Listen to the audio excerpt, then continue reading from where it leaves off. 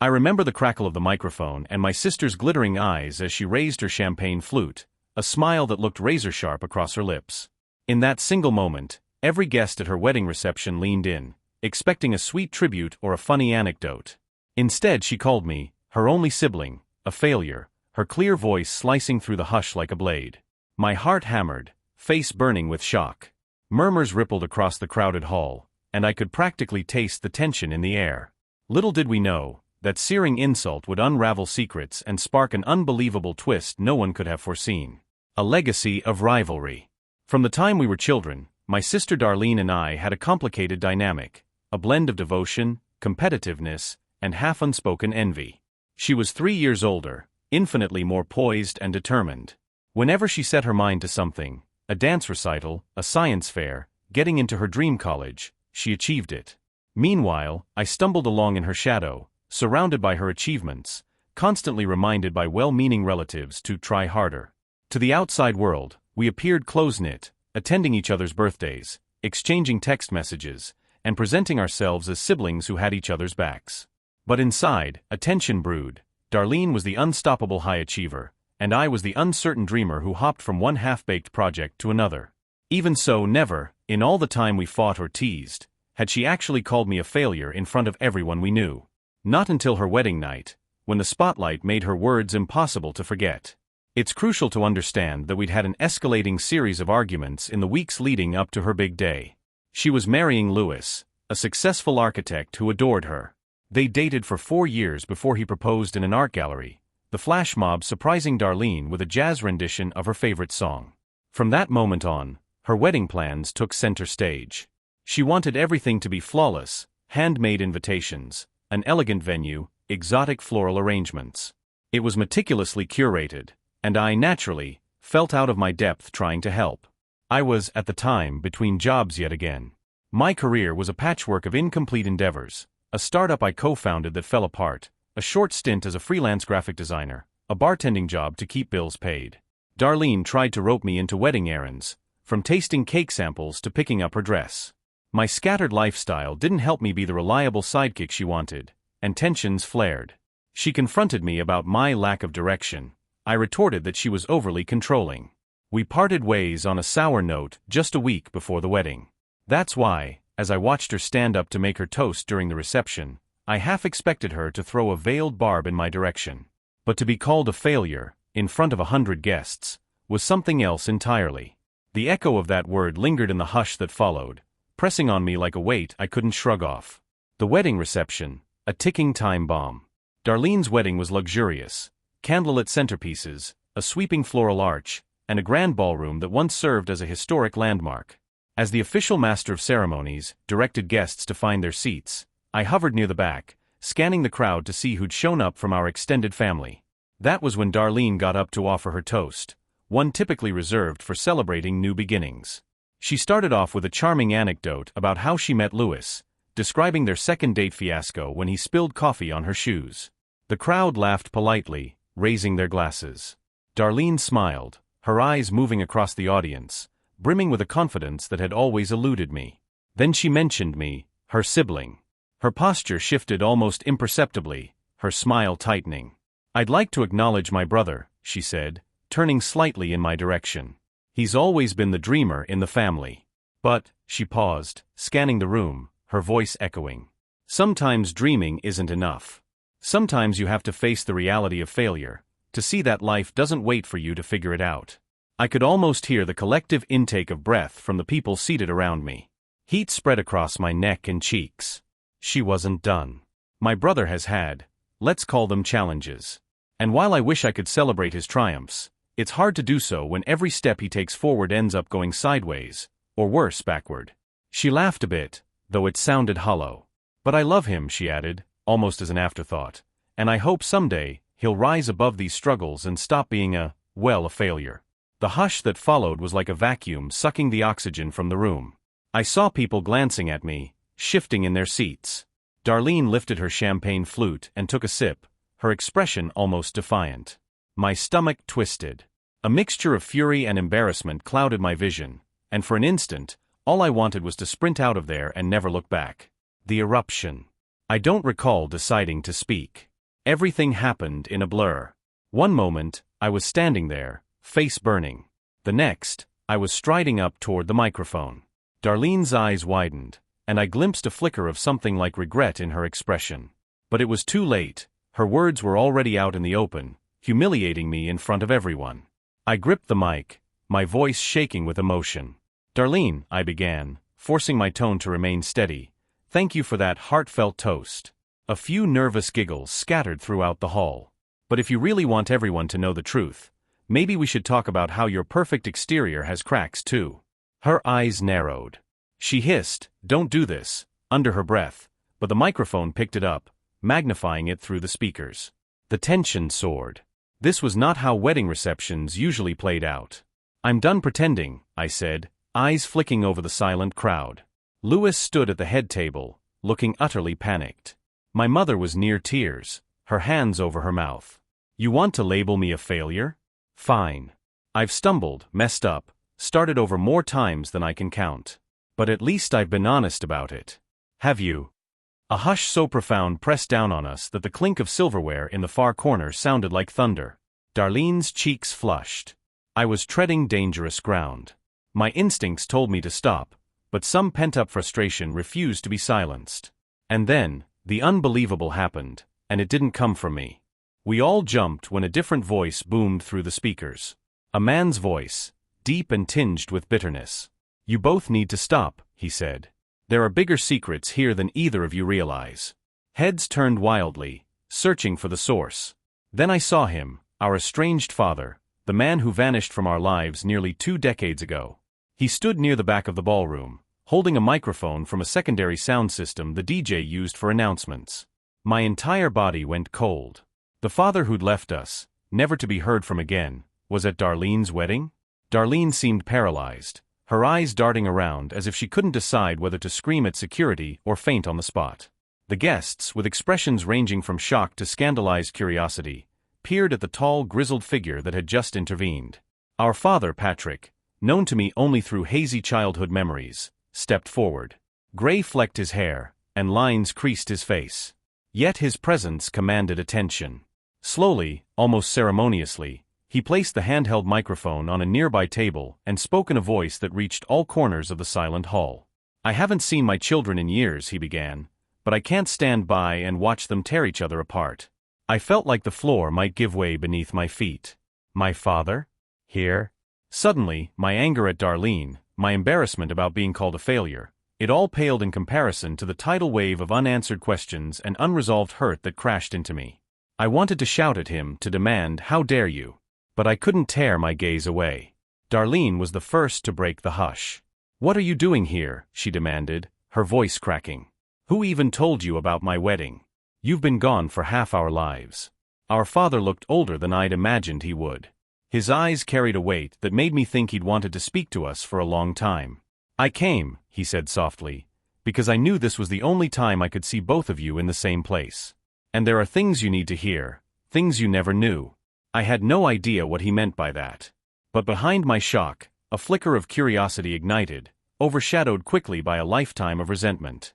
The entire reception waited, spellbound, for whatever bombshell he was about to drop. A shattered history.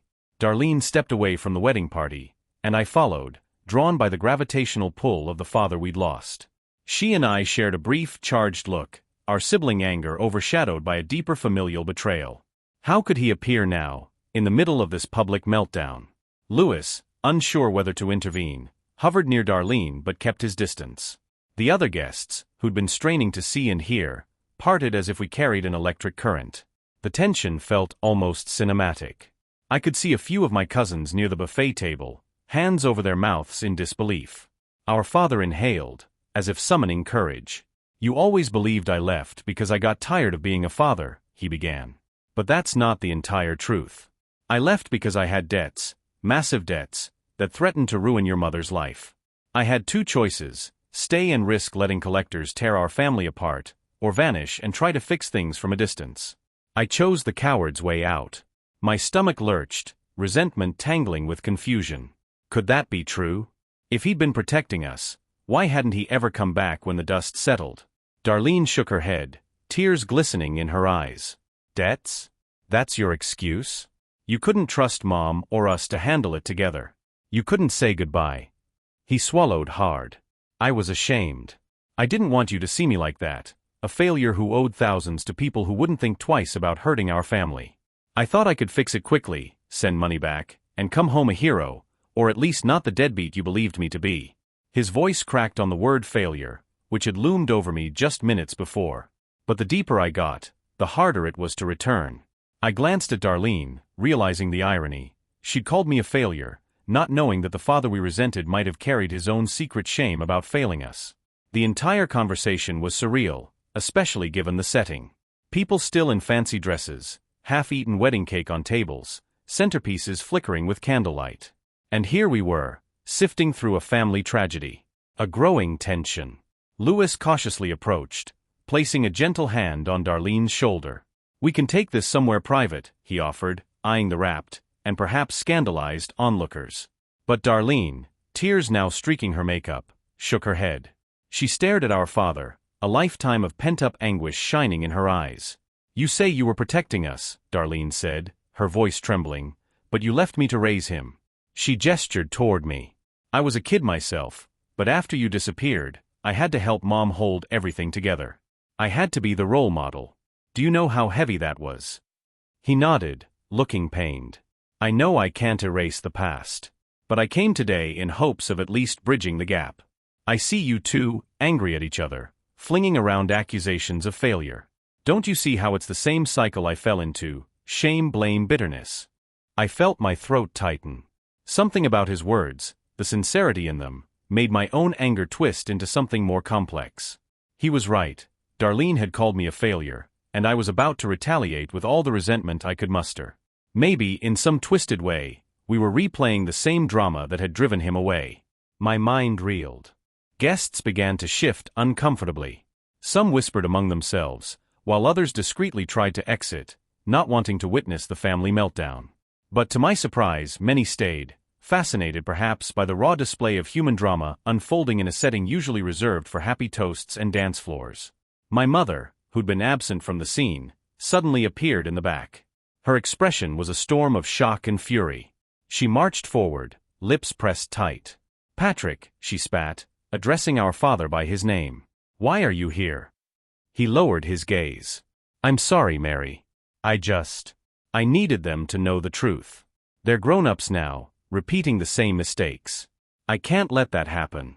Mom's face went from white to red, her hands trembling.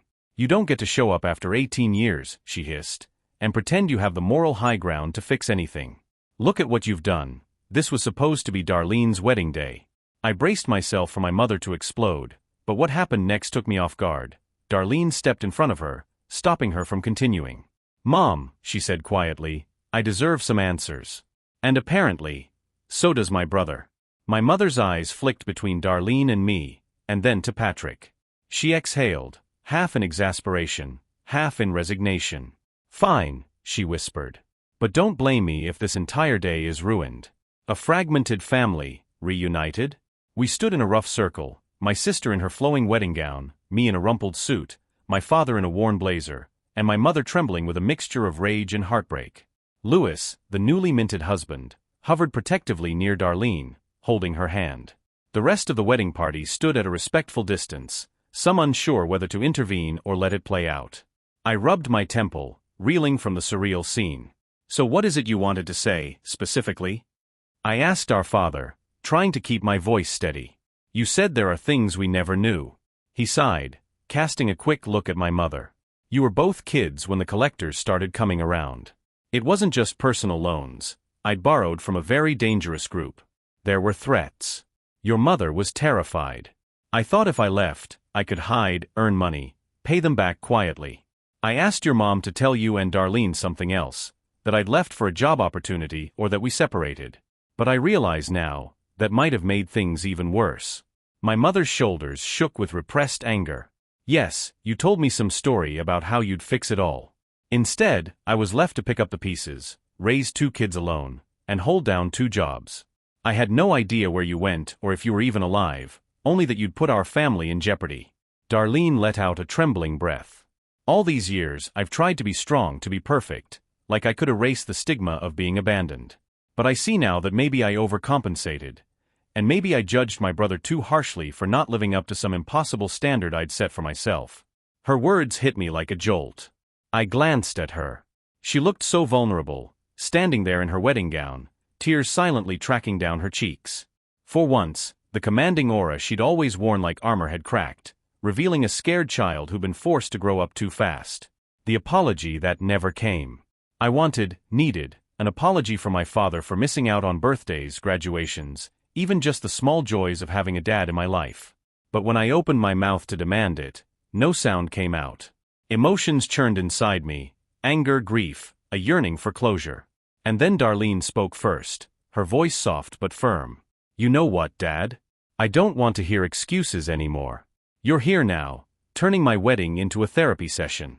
If there's something truly important you came to say, beyond your story of debts and fear, say it."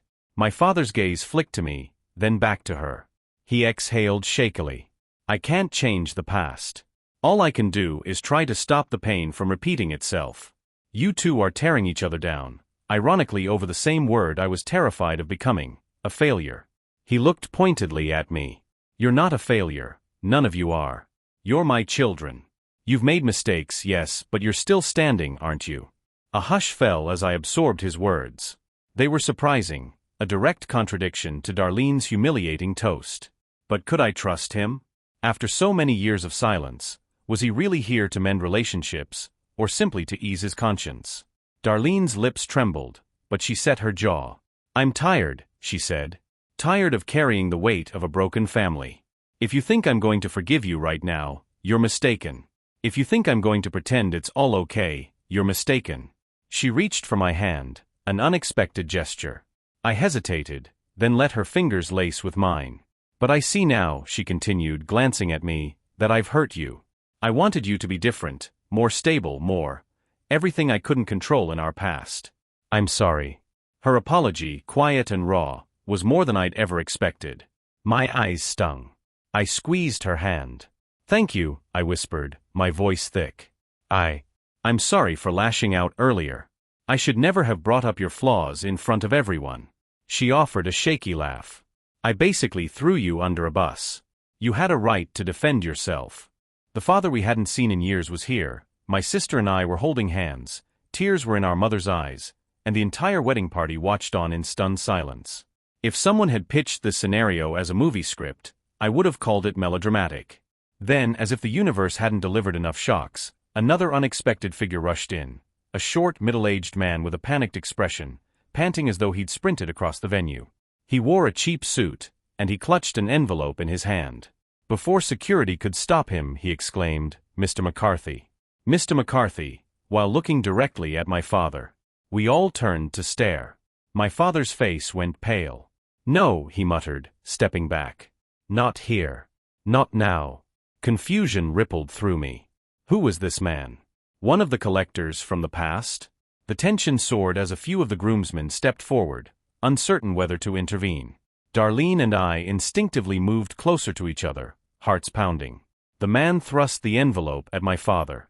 "We found it, the money you owed, plus interest. The entire file is here. I've been trying to track you down for months. You're free, no more debts, no more threats. The group that had your loan is gone. Collapsed in an FBI sting operation." He seemed exhausted, like he'd fought a war to deliver this news. The entire room reeled. My father stared at the envelope, then at the man.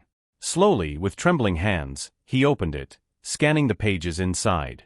His face contorted with disbelief and then, relief. Tears welled in his eyes. "So, I'm not in danger anymore." The stranger nodded. "It's over. I kept my word, Patrick. Now maybe you can finally have a life without running." A swirl of contradictory emotions slammed into me. So my father had been on the run. Some of his story might be true after all. The shock of this bizarre intrusion overshadowed even my father's presence. Darlene let out a breath of disbelief, stepping back to look at me, then at Louis, then at our father. The entire scenario felt utterly surreal, like we'd stepped into a telenovela. Confrontation and closure. Our father's lips trembled.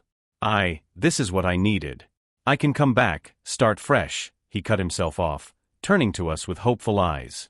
Do you think, is there a chance? Can we be a family again? My mother's face was a rigid mask of anger and heartbreak. After a moment of fraught silence, she shook her head. I'm not sure. You left too many scars. But that's a conversation for another day, not at our daughter's wedding. Darlene's fists unclenched. She regarded him with a measured calm. I can't promise anything, she said quietly, but maybe we can talk. Later. After I've had time to process all this. He nodded, swallowing, tears glistening in his eyes. Then he turned to me, the child he'd abandoned at such a young age. I felt like a piece of driftwood unmoored, battered by an emotional tide. Son, he began, voice raspy, I'm sorry for everything. I see now you never truly had the chance to be guided. You tried to find your own path and stumbled.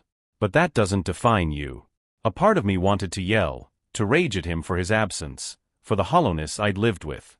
Another part recognized the sincerity in his apology, the desperation for redemption. Heart-pounding, I met his gaze. I don't know if I can forgive you, I said, each word trembling on my lips, but I don't want to be angry anymore. I don't want to keep repeating this cycle. A hush followed, thick with unspoken possibilities. Then from the corner of my eye, I noticed Darlene's wedding planner, a young woman wearing a headset, lurking uncertainly. She coughed politely, stepping forward. Sorry to interrupt, she said, voice quavering, but the guests. Are we, continuing with the reception? The tension in the air cracked. It was as if we'd been so wrapped up in our family drama that we'd forgotten an entire wedding was supposed to be happening. The break in the tension caused a ripple of uncomfortable laughter from the guests who were still in attendance. Darlene shared a meaningful look with Louis, who'd been standing by patiently. Louis reached for the microphone. Thank you all for your patience, he said. This has been a very personal moment for the family. But if my wife is willing, I'd like to continue this reception, celebrate our marriage, and perhaps we can handle the rest of these issues in private later on. Darlene nodded, trying to gather herself, her wedding gown shimmering under the overhead lights. Yes, she managed, wiping tears from her cheeks. Let's give everyone a night to remember, for the right reasons. Turning the page. A remarkable shift occurred then.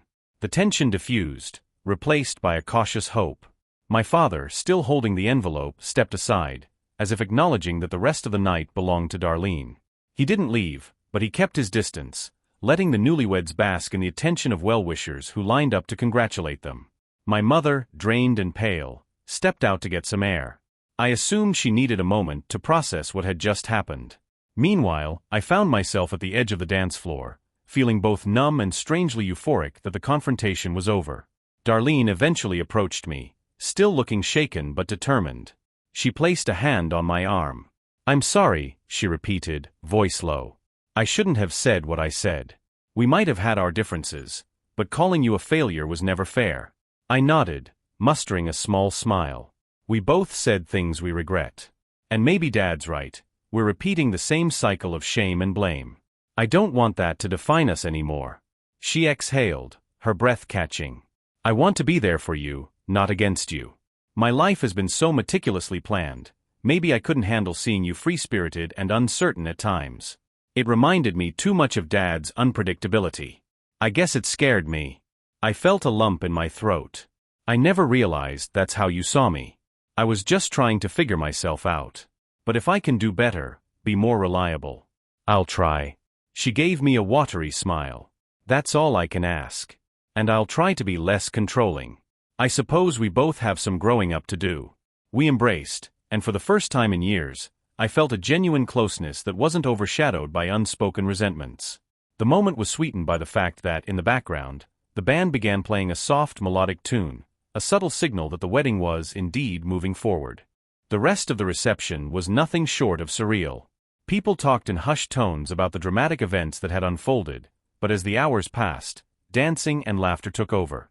The buffet was opened, the music grew more upbeat, and the bar served celebratory drinks. Occasionally, people cast curious glances in my direction or Darlene's, but we did our best to shift focus to the newlyweds' happiness rather than the family scandal. At one point, I found myself standing with Louis, offering him a congratulatory handshake. He gripped my hand and leaned in so we could speak over the music. "I'm sorry for everything that happened tonight," he said, genuinely concerned. "I hope this doesn't overshadow our friendship. I meant it when I told you I wanted you involved in our lives." I managed a laugh, feeling a warmth in my chest. A bit of overshadowing is inevitable, but hey, you married into this family. You're stuck with us now. He chuckled, clinking his glass against mine. I wouldn't have it any other way. Despite the lingering tension and the unanswered questions surrounding my father's sudden reappearance, a strange sense of unity settled among those who remained at the reception. It felt like we'd gone through a battle and emerged, if not unscathed, then at least more honest with each other. The aftermath. In the days that followed, the story of Darlene's wedding meltdown spread among friends and extended family. People texted, called, and emailed to express their shock. A few were disapproving, claiming we'd ruined the wedding with our drama. Many, however, expressed compassion, recognizing that our family had a lot of unresolved issues that finally burst out in the worst possible moment. Darlene and Louis left for a delayed honeymoon, wanting to decompress and focus on each other after the emotional roller coaster. Before they flew out, I got one last chance to talk with Darlene. She met me at a small cafe near her apartment. Gone was the wedding gown and glamorous makeup. She appeared in jeans and a light sweater, looking young and subdued. Over coffee, we hashed out what we'd do about our father. We realized that while we were both angry at him, we also shared a strange sense of relief that he might no longer be on the run. We agreed to meet with him once Darlene returned from her honeymoon, to hear him out properly, away from the prying eyes of a wedding crowd. That was a step neither of us had been willing to take before. Rebuilding bridges. When Darlene returned, I joined her at her apartment for the promised meeting with our father. The difference from that wedding night was staggering. Instead of a grand ballroom filled with onlookers, we now sat in her modest living room. Louis occupied a nearby armchair, quietly supportive, while I perched on a stool, arms folded across my chest. My father sat across from us, hands clasped, the envelope from the wedding placed on a coffee table between us, like a silent symbol of the past. We didn't beat around the bush. Darlene spoke first. "We want to know where you've been all these years, and if you tried at all to contact us." He inhaled slowly. "I was in and out of different towns, working odd jobs under an alias to avoid detection by the people I owed. Every time I thought to reach out, I chickened out. I assumed you'd both be better off hating me than risking your safety if they traced me back to you. I felt a pang of guilt, remembering the times I'd cursed his name, believing he'd simply run off to start another life. But that guilt tangled with anger. He had still chosen to leave us behind, after all." Darlene's voice wavered. "Mom had a breakdown at one point. She was juggling bills, raising me and my brother, working extra shifts. If you'd stayed, even if it meant we faced it together, we could have coped. Instead, you vanished. You gave us scars we're still healing from." He bowed his head. "You're right. I made a coward's choice. I'm trying to make amends now, but I know that might not be possible." I studied his face. The lines of remorse, the age that worry had carved into him. Slowly, some of the anger in me softened into a cautious sense of empathy. I glanced at Darlene. Her eyes were wet, but she nodded at me, a silent acknowledgement of the complicated feelings swirling in both of us. Louis cleared his throat softly, interjecting. "None of this is easy. But maybe you can start by communicating. Calls, letters, visits. If you want a place in our lives, you'll have to earn it." Our father seemed humbled, nodding vigorously. "I'll do whatever it takes. A family, a future." In the months that followed, we took small steps forward. Darlene and I found ourselves bridging the gap that had formed over years of misunderstandings and resentments. She apologized again for humiliating me at her wedding, and I forgave her, truly. I also took a good hard look at my own life choices, deciding it was time to focus on something concrete. Inspired by the possibility of new beginnings, I enrolled in a culinary arts program, hoping to turn my love of cooking into a profession. Darlene, in turn, loosened her grip on the idea of perfect success, leaning more into the messy reality of building a marriage. She and Louis found their stride, learning to support each other rather than living up to some unrealistic ideal. And every so often, in phone calls or dinners, our father appeared, awkwardly trying to connect, stumbling over paternal advice that felt years too late, but somehow, it was a start. My mother remained the most guarded, refusing to see him beyond a few terse conversations, but she seemed relieved that Darlene and I were at least in a better place. She confided to me one evening that she might never forgive him fully, but she was grateful he was no longer a threat to us. Sometimes, she said, you accept partial healing because total healing might be impossible. An unforgettable lesson. Looking back, I still marvel at how drastically everything changed during one wedding toast. It's astounding that a single moment, my sister calling me a failure in front of a roomful of guests, set off a chain reaction that brought our father home after nearly 2 decades. I'd never wish that kind of drama on anyone's special day, but in a perverse twist of fate, the chaos forced us to confront truths buried under years of anger and shame. Darlene, for her part, has come to see that her drive for perfection was partly fueled by a desire to avoid the turmoil our father introduced into our lives. I realized that my fear of committing to any one career path was rooted in anxiety about never being good enough. In the end, both of us carried the legacy of an absent father who left us in confusion. The wedding meltdown wasn't just a humiliating public show, it was the catalyst for exorcising old ghosts. To those who wonder if I regret that night, the answer is complicated. Yes, it was mortifying to be insulted at a wedding. Yes, it overshadowed part of Darlene's special day and drew attention away from her celebration. But the aftermath was a bizarre gift. In the wreckage of that evening, we found honesty, reconciliation, and even new beginnings. There's a rawness to real life that no perfect wedding plan can sanitize. And as for my relationship with Darlene, it's better now than it's ever been. We still argue, but we respect each other's paths. She visits my culinary school's practice sessions, offering taste tests with no shortage of feedback. I tease her about scheduling every last detail of her day. We both laugh because, for once, the tension that used to lie just beneath the surface has mostly melted away. My father's re-entry into our lives remains a delicate process. I won't pretend it's all sunshine and closure, but at least we have the chance to speak, something I used to believe would never happen. If anything, the experience taught me that people carry hidden struggles, and sometimes the loudest judgments are a mask for deeper pain. Darlene's judgment of me was a reflection of her own wound, just as my father's flight was a reflection of his. A toast to moving forward. Months after the wedding, Darlene and Louis hosted a small family gathering at their new home, a cozy affair with just immediate relatives and a couple of close friends. We shared a simple meal, laughing about old memories. When it was time for dessert, Darlene asked everyone to join her in the living room.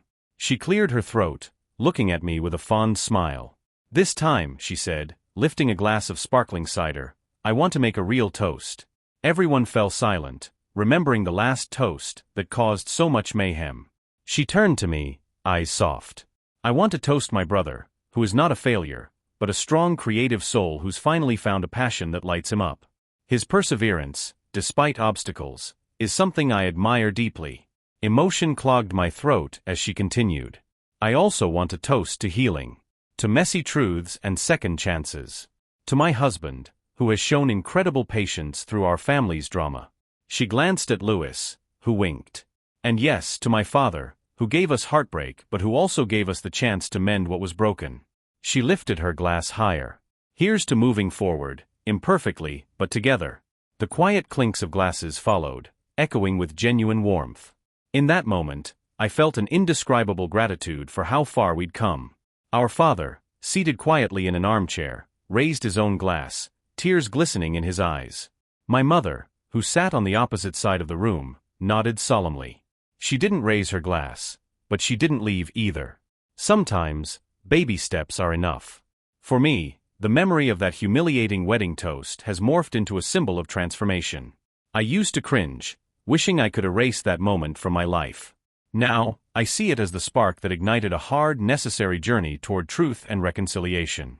Epilogue: Embracing the unbelievable.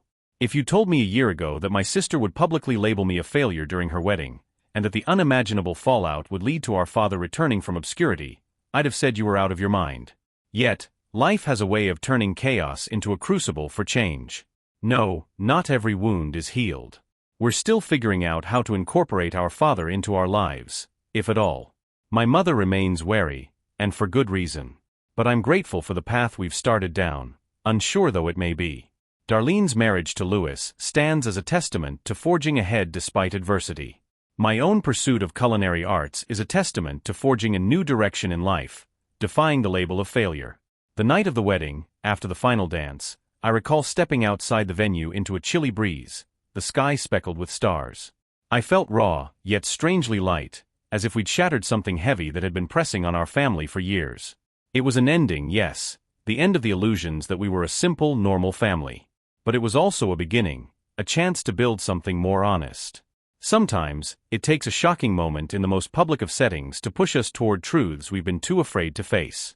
In my case, that moment was my sister's wedding toast, so ironically designed to praise and honor, yet used to level an attack. What followed was heartbreak, confession, revelation, and the slow, painstaking process of forging new bonds. I used to think unbelievable stories were the stuff of tabloids and soap operas. Now I know they can be real, very real. And if there's one piece of wisdom I can share, it's this: never underestimate the power of a single raw moment to unravel years of silence and secrets. You might find, as I did, that what seems like a catastrophe can become the doorway to a deeper understanding of yourself and those you love. So here's to that crazy, terrifying, life-altering night, when my sister called me a failure, our father returned from the shadows, and we all came face to face with the ghosts of our past. In the end, what happened next was truly unbelievable: a fragile hope for reconciliation, a renewed sense of purpose, and a wedding day that no one who attended will ever forget.